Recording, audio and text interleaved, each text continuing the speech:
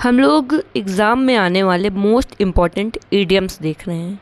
हम लोग क्या करते हैं, सबसे पहले एक ईडियम्स लेते हैं, फिर उसका हिंदी मीन क्या होता है इसको समझते हैं, और ईडियम का इंग्लिश मीन क्या होता है उसको समझते हैं। उसके बाद उसका सेंटेंस में किस तरीके से यूज कर सकते हैं जिससे कि ओवरऑल हम लोग कम्प्लीटली उसको समझ लेते हैं। तो वो हम लोग को ईडियम लर्न नहीं करना पड़ता, बल्कि वीडियो देखते देखते हम लोगों को माइंड में हम लोगों के सेटअप हो जाता है। तो अगर आप लोगों के ईडियम्स की पीडीएफ चाहिए हो तो ये टेलीग्राम चैनल है, इसमें आप लोग ज्वाइन कर लीजिए, वो कैब स्टडी नाम से, या फिर QR कोड से आप लोग ज्वाइन कर लीजिए। तो आज का हम लोग ईडियम स्टार्ट करते हैं। इससे पहले अगर आप लोगों ने नहीं देखा है, 500 के समथिंग हो गए हैं, तो प्रीवियस वीडियो चेकआउट कर लीजिए। तो आज का पहला ईडियम है ग्रीन थंब। अच्छा, आप लोगों को पता है ईडियम होता क्या है? इडियम मुहावरे को बोलते हैं। इसमें क्या होता है कि सीधा सीधा मीन नहीं निकाला जाता है, बल्कि उसका घुमा फिरा के मीन दूसरा निकाला जाता है, मुहावरे में जैसे होता है। आप लोगों को पता होगा मुहावरे क्या होते हैं। इसी तरीके से इडियम्स होते हैं। जैसे ग्रीन थंब लिखा हुआ है तो उसका हरा अंगूठा, ये मीन नहीं होगा, बल्कि दूसरा मीन निकाला जाएगा। तो इसको हम लोग थोड़ा हिंट से भी समझेंगे और इंग्लिश मीन, हिंदी मीन देखेंगे। तो जैसे ग्रीन थंब है, तो ग्रीन थंब मतलब होता है to have a natural interest in gardening. मतलब किसी का गार्डनिंग में, मतलब कि गार्डनिंग करने में किसी का जो नेचुरल इंटरेस्ट होता है तो वो ग्रीन थंब कहलाता है। मतलब to have talent in gardening, जिसको गार्डनिंग करने में, गार्डन को सजाने में उसको इंटरेस्ट होता है, उसके अंदर टैलेंट होता है, उसको बोलते हैं ग्रीन थंब। मतलब जिसकी बागवानी में रुचि होती है उसको बोलते हैं ग्रीन थंब। कैसे हम लोग याद कर सकते हैं? ग्रीन थंब मतलब जैसे ग्रीन कैसे होते हैं, प्लांट्स जो होते हैं वो ग्रीन होते हैं ना। थंब मतलब जो थंब है वो ऑल टाइम ग्रीन चीज़ों में। तो इससे हम लोग थोड़ा सा हिंट्स ले सकते हैं कि गार्डनिंग में जिसकी रुचि है, इंटरेस्ट है, उसको बोलते हैं ग्रीन थंब। अब इसका हम लोग यूजेस का पहला सेंटेंस देखते हैं। यूजेस का पहला सेंटेंस है I wish I had a green thumb like my neighbour. मतलब हम ऐसा विश करते हैं कि हमें भी बागवानी में उतना इंटरेस्ट होता, हम भी ग्रीन थंब होते जैसे कि हमारा नेबर है। ग्रीन थंब है मतलब बागवानी में रुचि है। नेक्स्ट हम लोगों का यूजेस का सेंटेंस है even as a child he had a green thumb and loved planting vegetables. मतलब कि वो छोटा बच्चा है फिर भी वो ग्रीन थंब है, वो वेजिटेबल्स प्लांट करना उसको पसंद है। नेक्स्ट हम लोगों का इडियम है grin for ear to ear. Grin from ear to ear मतलब होता है to smile a lot because of happiness. मतलब खूब ज़ोर से खुश होना, और जैसे खूब खुश होने में एकदम लिप्स खिंच जाते हैं ना, उस तरीके से green from ear to year. अब हम लोग इसको हिंट से याद करते हैं। Grin from ear to year से हम लोग समझ सकते हैं ईयर से ईयर, मतलब समझ लो एक ईयर से दूसरे ईयर तक लिप्स मतलब उतनी दूर तो नहीं जा पाएंगे, लेकिन ऐसे खिंचाव होना। तो कब होता है वो? जब बहुत ज़्यादा खुशी होती है। तो to smile a lot because of happiness, जब बहुत ज़्यादा खुशी हो तो मुस्कुराना, उसको बोलते हैं grin from ear to ear. इसका यूजेस का सेंटेंस है सी ग्रीन्ड। इसका यूजेस का सेंटेंस है she grinned from ear to ear when she got the job. वो बहुत ही ज़्यादा खुश हुई जब उसको जॉब मिली। नेक्स्ट हम लोगों का यूजेस का सेंटेंस है I knew he had good news. हमको पता है कि उसके पास गुड न्यूज है। He was grinning from ear to year, क्योंकि वो बहुत ही ज़्यादा खुश दिख रही है तो समझ आ रहा है कि उसके पास कोई गुड न्यूज है, कोई खुश होने की वजह है, तो वो बहुत ज़्यादा खुश, चीयरफुल दिख रही है। नेक्स्ट हम लोगों का इडियम है हैड बिटर। हैड बिटर मतलब होता है स्ट्रॉन्ग एडवाइस, वार्निंग्स और सजेशंस। मतलब कि कोई बहुत ही स्ट्रॉन्ग एडवाइस देना कि मतलब तुमको ऐसा करना चाहिए, या फिर कोई वार्निंग देना कि तुमको ऐसा नहीं करना चाहिए, या फिर कोई सजेशन देना, उसको बोलते हैं हैड बेटर। मतलब बेटर होगा कि तुम ऐसा कर लो। It implies that something bad might happen if the advice is not followed. मतलब ये तब इम्प्लाइड किया जाता है, तब लगाया जाता है सेंटेंस में जब that something bad might happen, मतलब अगर वो नहीं किया जाएगा तो कुछ गलत हो जाएगा। अगर एडवाइस नहीं फॉलो की जाएगी तो कुछ गलत हो जाएगा। तो मतलब स्ट्रांगली अगर कोई एडवाइस दी जाती है, कोई वार्निंग दी जाती है, या फिर सजेशन दिया जाता है, तो वहाँ पे हम लोग हैड बेटर का यूज करते हैं। मतलब चाहिए, इसको हिंदी में बोलते हैं चाहिए। तो इसका यूजेस का पहला सेंटेंस हम लोग देखते हैं। यूजेस का पहला सेंटेंस है you had better study for the test. मतलब तुमको टेस्ट के लिए पढ़ना चाहिए, ज़रूर से ज़रूर पढ़ना चाहिए, तो उसको बोलेंगे you had better study for the test. अगर नहीं पढ़ाई करोगे तो क्या होगा, फेल हो जाओगे। हाँ, नेक्स्ट हम लोग का यूजेस का सेंटेंस है he had better take his medicine on time, मतलब कि जो मेडिसिन हैं वो ऑन टाइम में लेना चाहिए, मतलब बिल्कुल ज़रूरी है टाइम में मेडिसिन लेना। नेक्स्ट हम लोग का इडियम है had gone down the drain. Had gone down the drain मतलब होता है वॉज लॉस्ट फॉर एवर, मतलब व्यर्थ चला जाना। मतलब जैसे हम लोग समझते हैं इसको हिंट से, had gone down the drain मतलब कि गॉन चला जाना, डाउन द ड्रेन, ड्रेन क्या होता है, नाली समझ लो। तो एकदम ड्रेन में कोई चीज़ बह जाना, तो चला जाना, तो क्या मतलब वो एकदम व्यर्थ चला गया, वो हमेशा के लिए खो गया, या फिर वो वेस्ट हो गया, व्यर्थ चला गया, कोई मतलब नहीं रहा, उसको बोलते हैं had gone down the drain. इसका यूजेस का पहला सेंटेंस है she felt like her dreams had gone down the drain after the rejection. Rejection के बाद उसको ऐसा फील हुआ जैसे उसके सारे ड्रीम्स क्या हो गए हैं, वॉज लॉस्ट फॉर एवर, वो हमेशा के लिए खो गए हैं, व्यर्थ चले गए हैं, उसका मतलब कोई मीन नहीं है, वो हमेशा के लिए चले गए, उसका ड्रीम अब पूरा नहीं हो सकता। She felt like her dreams had gone down the drain after the rejection. Next हम लोगों का यूजर्स का सेंटेंस है his efforts had gone down the drain after the failure, मतलब कि उसके फेल होने के बाद जो उसके एफर्ट्स थे वो क्या हो गए, had gone down the drain हो गए, मतलब कि क्या हो गए, व्यर्थ चले गए, उसके सारे एफर्ट्स जो हैं वो फेलियर के बाद क्या हो गए, गॉन डाउन द ड्रेन हो गए, मतलब ड्रेन में चले गए, व्यर्थ चले गए। नेक्स्ट हम लोगों का इडियम है hadn't a leg to stand on, मतलब did not have much hope of getting it, मतलब ज़्यादा उम्मीद नहीं होना, मतलब कि अब इसको हम लोग हिंट से समझ सकते हैं hadn't a leg to stand on, मतलब कि खड़े होने के लिए एक पैर भी नहीं है, तो मतलब एक पैर नहीं है, उस तरीके से हम लोग समझ सकते हैं, मतलब कोई चीज़ की उम्मीद नहीं है, कम्प्लीटली किसी चीज़ पे बेस नहीं बना पा रहे हैं, तो मतलब उम्मीद नहीं है, किसी चीज़ के लिए होप नहीं है, उसको बोलते हैं hadn't a leg to stand on.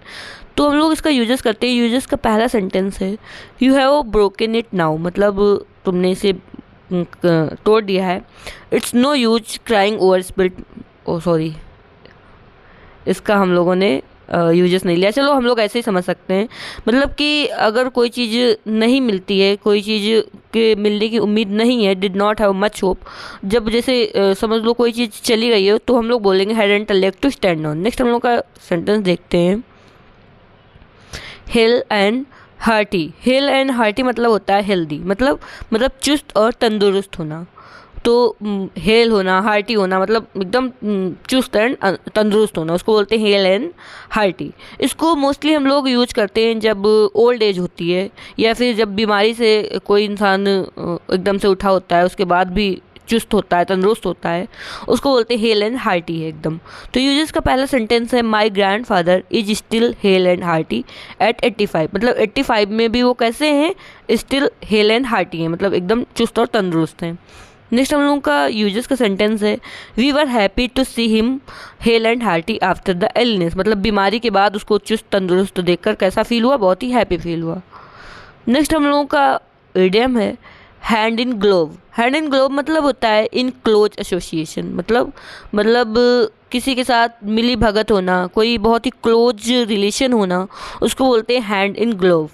अब समझ लो ग्लव्स जो होते हैं, तो हाथ में ग्लव्स का कैसा रिलेशन होता है, एकदम क्लोज का होता है ना, और कोई भी काम अगर किया जाता है हाथ से, तो ये हिंट से बता रहे हैं, कोई भी काम अगर किया जाता है हाथ से तो उसी तरीके से ग्लव्स भी काम करते हैं, तो एक मिली भगत होना, एक क्लोज एसोसिएशन होना, उसको बोलते हैं हैंड इन ग्लोव, मतलब in partnership for something dishonest, मतलब कोई गलत काम करने के लिए भी पार्टनरशिप होना, उसको भी बोलते हैं हैंड इन ग्लोव।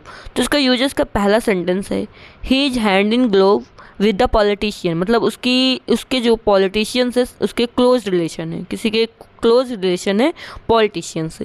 नेक्स्ट हम लोगों का यूजेस का सेंटेंस है the thief was hand in glove with the guard, जो थीफ है, चोर है, उसके गार्ड्स के साथ क्या है, मिली भगत है। नेक्स्ट हम लोगों का इडियम है hand over feast. Hand over fist मतलब क्विकली एंड कंटिन्यूसली, मतलब क्विक बहुत जल्दी करना और कंटिन्यू करना, तो मतलब बहुत तेज़ी से कोई चीज़ होना, उसको बोलते हैं हैंड ओवर फीस्ट। मतलब अब समझ लो उसको, जैसे हैंड ओवर फीस्ट मतलब हाथ के ऊपर फीस्ट, मुक्का, मुक्का को फीस्ट बोलते हैं, तो हाथ से ज़्यादा मुक्का, मतलब बहुत ही क्विक फास्ट होना, उसको बोलते हैं हैंड ओवर फीस्ट। नेक्स्ट हम लोगों का यूजर्स का सेंटेंस है she started her online store and began earning hand over fist. मतलब उसने अपना ऑनलाइन स्टोर स्टार्ट किया और उसको मतलब कि बहुत ही तेज़ी से वो पैसे कमाने लगी। नेक्स्ट हम लोगों का यूजर्स का सेंटेंस है invest wisely or you lose money hand over fist. मतलब कि बहुत ही वाइजली अपने पैसे जो है वो इन्वेस्ट करने चाहिए, नहीं तो जो मनी है वो क्या हो जाएगी, बहुत ही क्विक तरीके से चली जाएगी, लूज़ हो जाएगी। तो नेक्स्ट हम लोगों का इडियम है handle with kid gloves. Handle with kid gloves मतलब होता है to treat someone with extreme care. मतलब किसी को बहुत ही केयर से ट्रीट करना, बहुत सावधानी से रखना, एकदम ऐसे हैंडल करना, समझ लो उसको जैसे ऐसे हैंडल करना जैसे किसी बच्चे को हैंडल करना है। जैसे छोटा सा बच्चा होता है उसको कैसे हैंडल करते हैं, एकदम प्यार से, ताकि उसकी चोट ना आ जाए। तो बहुत ही किसी को एक्सट्रीमली केयर से हैंडल करना, तो बोलेंगे handle with kid gloves.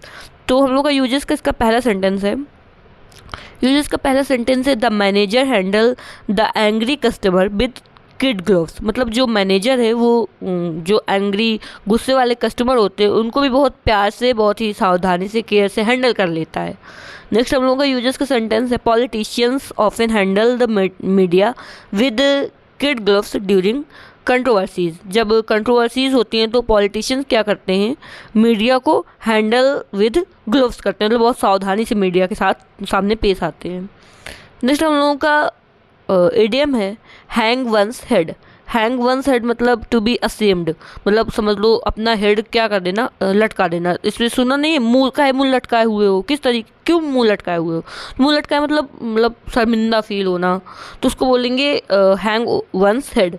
To be ashamed मतलब शर्मिंदा महसूस करना, तो उसको बोलेंगे हैंग वंस हेड। इसका यूजर्स में देखते हैं, यूजर्स का पहला सेंटेंस है after failing the exam. Exam में फेल होने के बाद he hung his head in shame, उसे उसका सर जो है वो शर्म से झुक गया कि मैं एग्ज़ाम में फेल हो गया हूँ। नेक्स्ट हम लोग का यूजर्स का सेंटेंस है the student hung his head when the teacher scolded him for being late. मतलब जब टीचर ने स्कोल्ड किया, डांटा लेट आने के लिए, तो जो स्टूडेंट है उनका शर्म से उनको शर्म महसूस हुई, उनका सर झुक गया, उसको बोलेंगे हंग वंस हेड। नेक्स्ट हम लोग का इडियम है hang up your boots. Hang up your boots मतलब होता है टू टेक रिटायरमेंट, मतलब संन्यास लेना। हैंग अप योर बूट्स मतलब हैंग अप करना, मतलब जैसे लटका देना। योर बूट्स, जो बूट मतलब क्या होता है, जो शूज़ हैं, बूट हैं, उनको लटका देना। तो मतलब हम लोग इस तरीके से समझते हैं जो बूट है वो हम लोगों का काम करने के लिए यूज़ होते हैं, तो उनको हमेशा के लिए एक साइड रख देना, तो मतलब संन्यास ले लेना, कोई चीज़ से रिटायरमेंट ले लेना, उसको बोलते हैं हैंग अप योर बूट्स। अब वो काम नहीं करोगे तो उसको रिटायरमेंट ले लेना। तो हम लोग यूजर्स का पहला सेंटेंस है she hung up her boots after successful career in tennis. Tennis में अच्छा सक्सेसफुल करियर होने के बाद उसने क्या किया, संन्यास ले लिया, रिटायरमेंट ले लिया, अपने बूट्स हैंग कर दिए। नेक्स्ट हम लोगों का यूजर्स का सेंटेंस है the veteran player finally hung up his boots and announced his retirement. मतलब जो बहुत ही वेटरन, ये बहुत ही अच्छी स्पेलिंग है। वेटरन मतलब होता है जो बहुत ही अच्छा हो खेलने में, प्लेयर नहीं, मतलब कोई भी बेसिकली अपने फील्ड में बहुत ही ज़्यादा उम्दा हो, बहुत ही ज़्यादा अच्छा हो, उसको बोलते हैं वेटरन। जैसे कि सचिन तेंदुलकर वेटरन प्लेयर है, तो the veteran player finally hung up his boots मतलब अपने बूट्स को हैंग कर दिया, मतलब रिटायरमेंट ले लिया, अनाउंस हिज रिटायरमेंट, और उसके बाद मतलब कि अनाउंस अपना कर दिया रिटायरमेंट के लिए। नेक्स्ट हम लोगों का इडियम है हैंगिंग बाई अ थ्रेड। मतलब be in a dangerous situation, मतलब खतरनाक स्थिति में होना। मतलब हैंगिंग बाई अ थ्रेड मतलब समझ लो थ्रेड होता है धागा, तो एक केवल धागे की उम्मीद होना, एक धागे से कोई चीज़ लटका होना, तो मतलब बहुत ही कम उम्मीद होना, उस एकदम डेंजरस सिचुएशन में होना कि ज़रा सा भी कुछ हो जाए ना तो सब बहुत ही ज़्यादा ख़राब हो सकता है। तो इसका यूजेस हम लोग देखते हैं। यूजेस का पहला सेंटेंस है after the accident his life was hanging by a thread. मतलब एक्सीडेंट के बाद उसका जो जीवन है, लाइफ है, वो हैंगिंग बाई अ थ्रेड है, मतलब बहुत ही डेंजरस सिचुएशन में कुछ भी हो सकता है। नेक्स्ट हम लोगों का यूजेस का सेंटेंस है, the relationship between the two friends was hanging by A thread after the argument. मतलब आर्ग्यूमेंट मतलब बहस के बाद जो दो फ्रेंड्स थे उनके रिलेशनशिप जो दो फ्रेंड्स थे उनके रिलेशनशिप कैसे हो गए, बहुत ही डेंजरस सिचुएशन में हो गए कि कभी भी ख़त्म हो सकते हैं। हैंगिंग बाय अ थ्रेड, एक थ्रेड के सहारे समझ लो कि वो लटके हैं। तो हम लोग जो यूजर्स के सेंटेंस देखते हैं ना, इससे समझ आता है कि कहाँ पे किस चीज़ को यूज कर सकते हैं। नेक्स्ट हम लोग का इडियम है hard and fast. Hard and fast मतलब होता है that can not be altered. मतलब अल्टर मतलब क्या होता है, अल्टर मतलब होता है बदलना, जैसे कपड़े का साइज छोटा छोटा करना, मतलब कोई चीज़ चेंज करना, उसको बोलते हैं अल्टर करना। तो जो अल्टर नहीं किया जा सकता, जो बदला नहीं जा सकता। स्ट्रिक्ट तो पता है, जो बहुत ही ज़्यादा अनुशासित, फिक्स्ड एकदम फिक्स होना। तो जो चीज़ अपरिवर्तनीय है, जिसको चेंज नहीं किया जा सकता, उसको कहते हैं हार्ड एंड फास्ट। मतलब हम लोग समझ सकते हैं एकदम हार्ड है, फास्ट है, एकदम उसको चेंज नहीं किया जा सकता। जैसे कोई रूल है वो कैसे होते हैं, हार्ड एंड फास्ट होते हैं। इसको हम लोग यूजेस से समझते हैं। तो यूजेस का पहला सेंटेंस है the sun rises in the east. मतलब जो सन है वो किधर राइज होता है, ईस्ट में। That's a hard and fast rule of nature. ये नेचर का कैसा अल्टर ऐसा नियम है जो अल्टर नहीं किया जा सकता है, मतलब अपरिवर्तनीय नियम है, मतलब फिक्स रूल है नेचर का। नेक्स्ट हम लोगों का यूजर्स का सेंटेंस है the hard and fast rule is that the sun is primary source of light and energy of the earth. मतलब कि ये एक fixed hard and fast rule है कि जो सन है वो प्राइमरी सोर्स ऑफ लाइट है, लाइट एंड एनर्जी अर्थ के लिए प्राथमिक सोर्स है जो सन है वो लाइट और एनर्जी का। नेक्स्ट हम लोगों का एडियम है हार्ड ऑफ हियरिंग। मतलब टू बी डेफ, मतलब बहरा होना। हार्ड ऑफ हियरिंग मतलब होता है, ये तो मतलब जो बहरा होता है उसको बोलते हैं हार्ड ऑफ हियरिंग, मतलब उसको सुनाई नहीं पड़ रहा। या फिर हार्ड ऑफ हियरिंग मतलब बहुत ही ऊंचा सुनाई पड़ना, बहुत तेज़ बोलने में सुनाई पड़ना, कम सुनाई पड़ना, उसको बोलते हैं हार्ड ऑफ हियरिंग। मतलब सुनने में मुश्किल होती है, हार्ड होता है। इसका यूजर्स का पहला सेंटेंस है she is hard of hearing and use a hearing aid. मतलब उसे बहुत ही मुश्किल से सुनाई पड़ता है, तो वो हियरिंग एड मतलब इक्विपमेंट हियरिंग एड यूज करती है। नेक्स्ट हम लोग का यूजर्स का सेंटेंस है he is hard of hearing but he can read lips. मतलब कि वो सुन नहीं सकता है, डेफ है, but he can read lips, लेकिन वो लिप्स को पढ़ सकता है, कि कोई लिप्स के मूवमेंट से जान सकता है कि कोई क्या बोल रहा है। नेक्स्ट हम लोग का इडियम है has a bee in her bonnet. Has a bee in her bonnet मतलब होता है इज एन ऑब्सेस्ड पर्सन। मतलब किसी बात की चिंता या ख्याल बहुत परेशान करना। मतलब समझ लो बोनेट में, मतलब समझ लो कुछ अपने पास है, उसमें बहुत सारी बी हैं, तो एकदम टेंशन होना। तो बहुत ज़्यादा किसी चीज़ के बारे में टेंशन होती रहना, या फिर किसी चीज़ के बारे में ऑब्सेस होना, कुछ ज़्यादा ही ऑब्सेस मतलब क्या होता है, मतलब उसी के बारे में जैसे सेल्फ ऑब्सेस्ड मतलब होता है खुद ही के बारे में सोचते रहना। तो किसी के बारे में बहुत ज़्यादा ऑब्सेस्ड होना और किसी चिंता में डूबे रहना, परेशान होना, उसको बोलते हैं has a bee in her bonnet. तो इसका यूजर्स का पहला सेंटेंस हम लोग देखते हैं she has a bee in her bonnet about moving to a new house. मतलब न्यू हाउस में जाने के लिए उसको बहुत ज़्यादा टेंशन रहती है कि पता नहीं वो कैसा हाउस हो, वो कुछ ज़्यादा ही ओवर टेंशन करते हैं, उसको बोलते हैं कि she has a bee in her bonnet.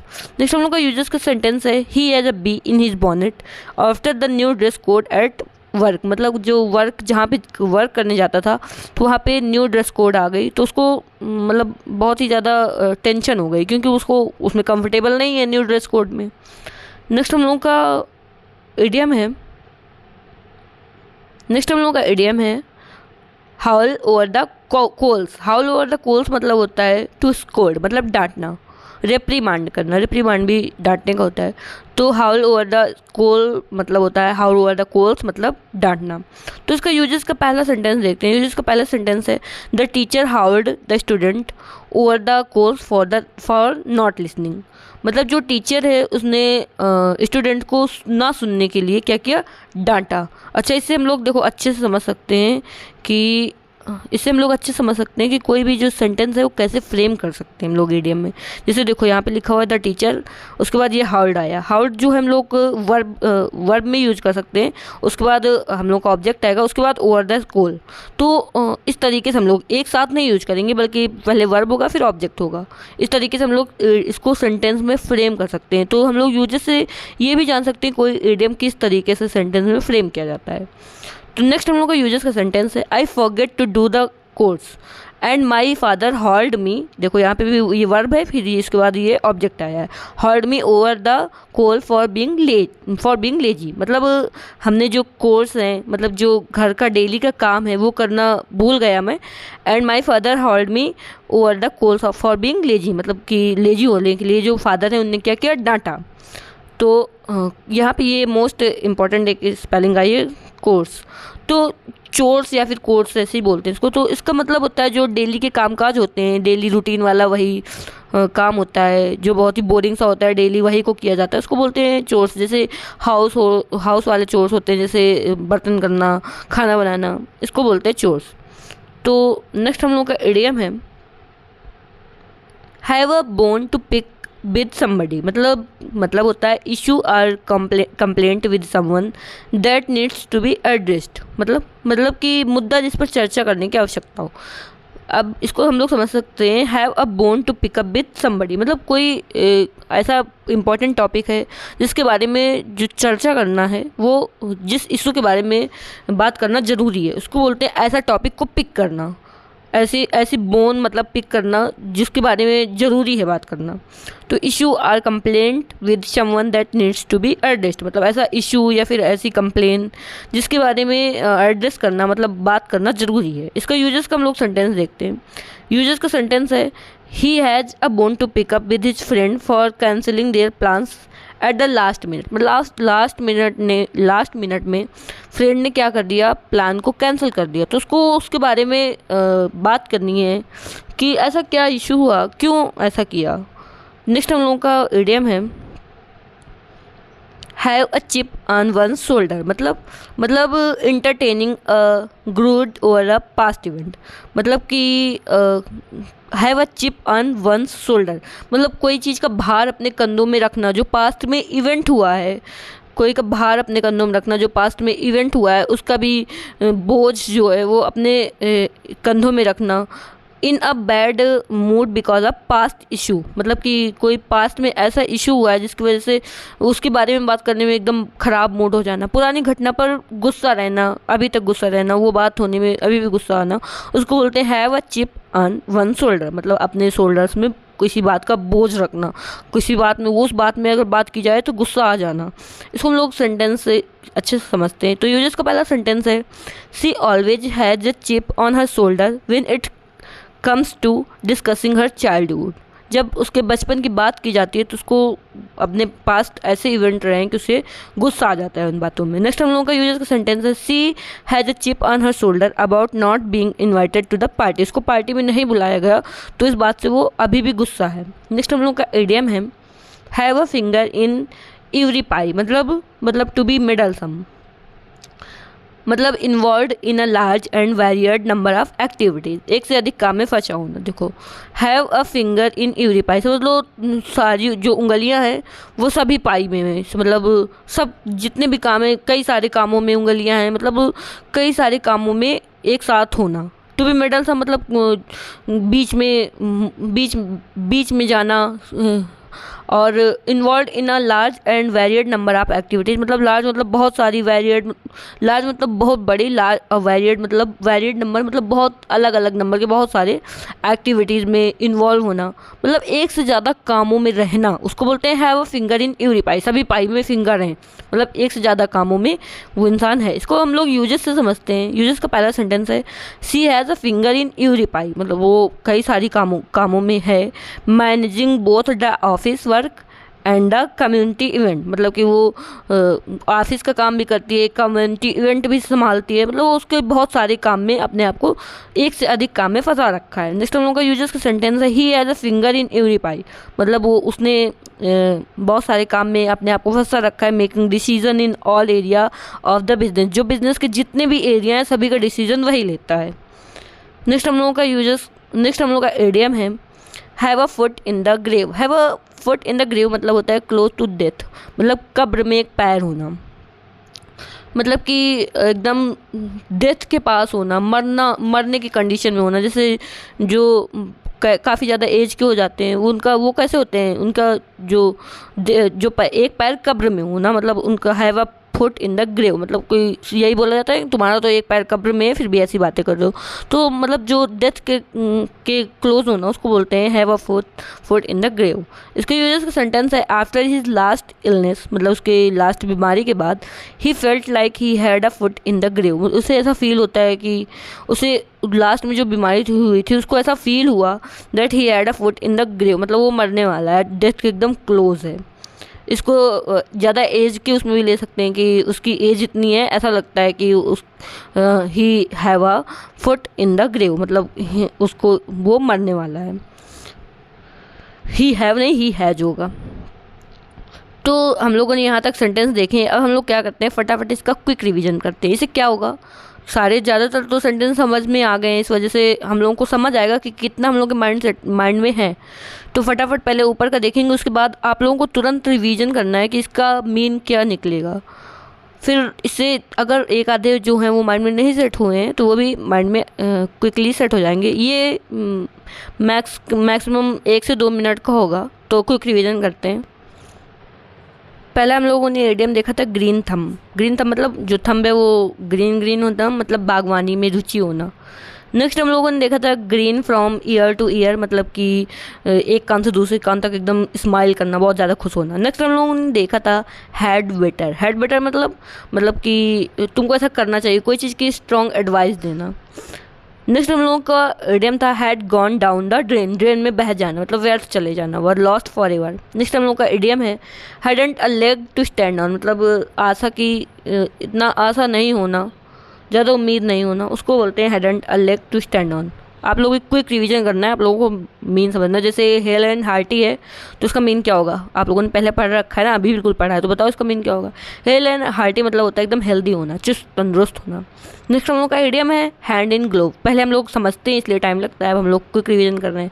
Hand in glove मतलब होता है एकदम मिली भगत होना, क्लोज एसोसिएशन होना। नेक्स्ट हम लोगों का इडियम है हैंड ओवर फीस्ट, मतलब हैंड ओवर फीस्ट मतलब फटाफट, बहुत ही क्विक और कंटिन्यू, बहुत तेज़ी से। नेक्स्ट हम लोगों का इडियम है हैंडल विद किड ग्लोव्स, मतलब एकदम बच्चे के तरीके हैंडल करना, मतलब केयर, एक्सट्रीम केयर, बहुत सावधानी से। नेक्स्ट हम लोग का इडियम है हैंग वंस हेड, मतलब हेड को लटका लेना, कैसे, मतलब शर्मिंदा महसूस होना। नेक्स्ट हम लोगों का इडियम है हैंग अप योर बूट्स, अपने बूट्स को टांग देना, मतलब संन्यास ले लेना, रिटायरमेंट ले लेना। नेक्स्ट हम लोग का इडियम है hanging by a thread. Hanging by a thread मतलब एकदम एक थ्रेड से लटका होना, एक डेंजरस सिचुएशन में होना। नेक्स्ट हम लोग का इडियम है hard and fast. Hard and fast मतलब एकदम फिक्स्ड रूल होना जो चेंज नहीं हो सकता है। नेक्स्ट हम लोग का इडियम है हार्ड ऑफ हियरिंग, मतलब डेफ होना या फिर कम सुनाई पड़ना। नेक्स्ट हम लोग का इडियम है has a bee in her bonnet, मतलब कि किसी बात की चिंता या ख्याल बहुत ज़्यादा परेशान करना, ऑब्सेस होना किसी चीज़ से। नेक्स्ट हम लोग का इडियम है haul over the coal. Haul over the coals मतलब है डांटना। नेक्स्ट हम लोग का इडियम है have a bone to pick up with somebody, मतलब कोई मुद्दा है, कोई इशू है, उसके बारे में चर्चा करने की जिसकी आवश्यकता है। नेक्स्ट हम लोगों का इडियम है have a chip on one shoulder. Shoulder में क्या है, एक चिप है, कोई बोझ है। पास्ट इवेंट का कोई बैड मूड, पास्ट इशू की वजह से कोई मूड ख़राब होना, पुरानी घटना की वजह से गुस्सा होना। नेक्स्ट हम लोग का इडियम है have a finger in every pie, मतलब सभी पाई में फिंगर है, मतलब कई सारे कामों में होना, एक से अधिक काम में फंसा होना। नेक्स्ट हम लोग का have a foot in the grave, मतलब कि एक पैर कब्र में होना। तो अगर आप लोगों ने यहाँ तक देखा है तो आप लोगों को वीडियो पसंद आई होगी, तभी तक देखा है तो लाइक कर दीजिए। लाइक करने से पता चलेगा कि आप लोगों ने यहाँ तक देखा है कि नहीं। अगर देखा है तो पक्का लाइक कर दीजिए, अपने फ्रेंड के साथ शेयर कर दीजिए और चैनल को सब्सक्राइब कर दीजिए। मिलते हैं नेक्स्ट वीडियो में। Thanks for watching.